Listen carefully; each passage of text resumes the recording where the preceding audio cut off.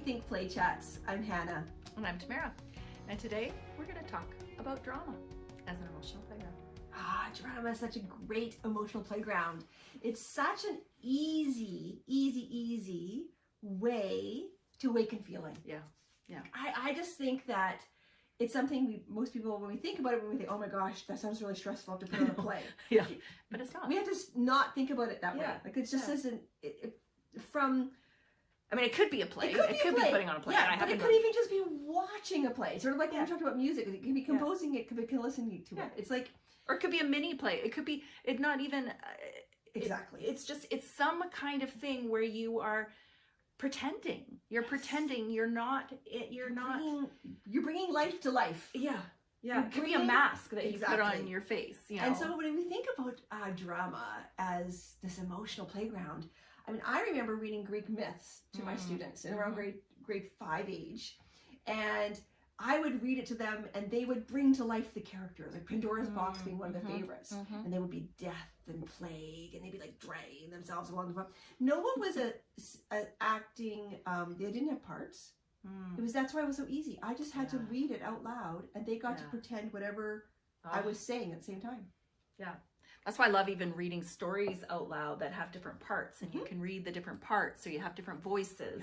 It's trying on something that isn't you, and it's amazing how it can tap in. I remember. Okay, I think you need to say that again, because I think that was a really important. What did I say? You're trying on something that isn't you. That isn't you, or that you might not think of as you. It's not you yet, or you're not even sure of who you are yet. Or there might be just a little something that you're trying out. Yeah, but there's the thing, Tamara, is that you can try it on how you're saying it, or you can watch others try it on and get the experience by seeing it. Yeah, like, sorry, I think I interrupted you. Oh, it's okay. No, just you got me excited about the trying on something that isn't you. And that was a really nice way of putting it.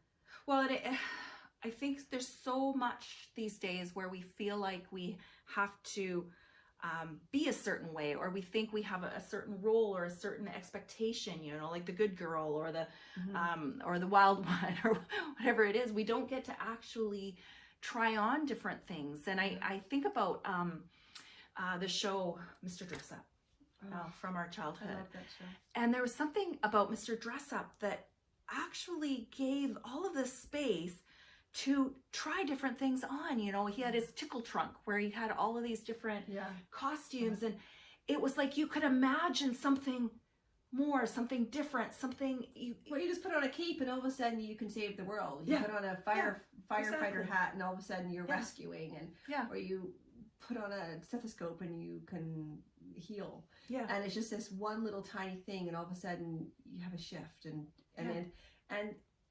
then you look at for older people, like for teens or you know, you can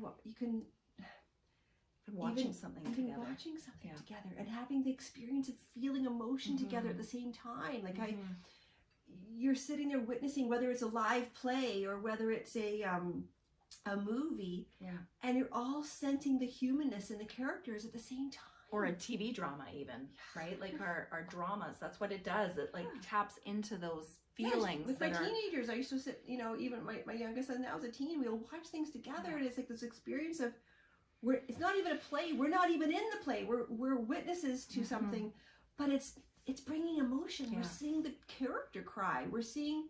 It's human. It's humanness at its... at its core. And we're recognizing that humanness. We're recognizing it because making room for our own. That's right. Right? In the process. And I think sometimes it's too hard to go at things directly. And I think of even puppets, and I brought along one of my... I love puppets. My daughter's here. This is our little owl friend. I like how its head moves. I know, its head moves. But there's something about it, you know, that even in the puppet can allow us to access things or to speak about things that maybe we wouldn't. You know, whether it's a turtle that's hiding in its shell, or the puppet's feeling shy, or the puppet's feeling this, or the puppet's feeling that, without it being you feeling that, it becomes easier. It does. It's like it's one step removed. You know? I know, he's so soft. You wouldn't normally get to do that. And there's just something about it that allows, again, it allows us for something to be tapped into. It allows emotion to move in a way that wouldn't otherwise, because there's a sense of safety Yeah. in it. And I think that's where we have to stop thinking about drama as this great production. Not that you can Yeah. have, You those could are have great wonderful. You can productions. have great productions. And great and- things can happen through and that. that's wonderful. But that can seem daunting. And so we can Mhm. say that that's one part. But let's just make it easy. Yeah. Let's Get the dress up stuff. Dress up clothes. Let's make Just let's- scarves even. Let's bring stories to life in the classroom. Yeah. Let's watch Masks. incredible movies together that aren't just about Yeah. entertainment and fill, but movies that excite us or move us in some Yeah. way. Tap into something. Or listen, like let's in some way use drama as just about being human, being Yeah. brought to life. Yeah. And exploring different sides of ourselves Yeah. and each other. Yeah. Anyways, okay, so if you want to listen to more of our Rethink Play chats, head to the rethinkplayproject.com, and we'll see you soon. Bye. Bye.